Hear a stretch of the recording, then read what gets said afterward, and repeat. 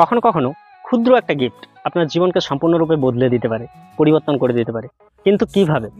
বিজ্ঞানীদের ইতিহাসে সর্বকালের সেরা বিজ্ঞানী স্যার অ্যালবার্ট আইনস্টাইন যখন শিশু বয়স অর্থাৎ মাত্র 5 বছর বয়সে একদিন শরীর অসুস্থ হয় এবং তিনি খুব জ্বরে পড়েন, এবং তার বাবা সেই মানসিকতা, তার মন মানসিকতা চেঞ্জ করার জন্য বা একটু মন ভালো করার জন্য একটা ম্যাগনেটিক কম্পাস তাকে গিফট করেন। তো এই ছোট্ট অ্যালবার্ট আইনস্টাইন তখন কম্পাসটিকে দেখতে থাকে গভীর মনোযোগ দিয়ে, এবং দেখতে দেখতে বিভিন্নভাবে নাড়াচাড়া করে, একটু লেফট করে, একটু রাইট করে, কিন্তু সে লক্ষ্য করে যে এই ম্যাগনেটিক যে কম্পাস, তার যে নিডিলটা সর্বদা উত্তরমুখী হয়ে আছে, অর্থাৎ নর্থের দিকে পয়েন্ট করে আছে। কিন্তু কেন? এই যে কৌতূহল, এই যে কিউরিওসিটি, এটা ছোট্ট অ্যালবার্ট আইনস্টাইনের সেদিন থেকেই শুরু হয়েছিল।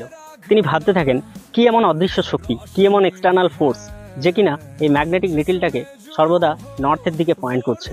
সে গভীরভাবে পর্যবেক্ষণ করে যে এর মধ্যে কোনো দড়িও নেই, এর মধ্যে কোনো কিছু দিয়ে বাধাও নেই, অথচ এই নিডিলটা কিভাবে নর্থকে পয়েন্ট করছে, অথচ অন্যদিকে সরে যাচ্ছে না কেন?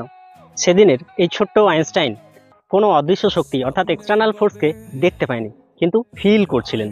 ওই বিছানায় শয্যাশয়ী হয়েই তিনি ভাবতে থাকেন কিভাবে আকাশে তারা, নক্ষত্র এরা মিটমিট করে জ্বলছে, এবং কি এমন এক্সটার্নাল ফোর্স বা অদৃশ্য শক্তি রয়েছে যে শক্তি দিয়ে এই তারা নক্ষত্রগুলোকে কেউ যেন ধরে রেখেছে। এই কৌতূহলী মনটাই একদিন এই ছোট্ট অ্যালবার্ট আইনস্টাইনকে থিওরি অফ রিলেটিভিটি আবিষ্কার করতে সাহায্য করে, এবং মাত্র 26 বছর বয়সে থিওরি অফ রিলেটিভিটি আবিষ্কার করে ফেললেন এই ছোট্ট অ্যালবার্ট আইনস্টাইন।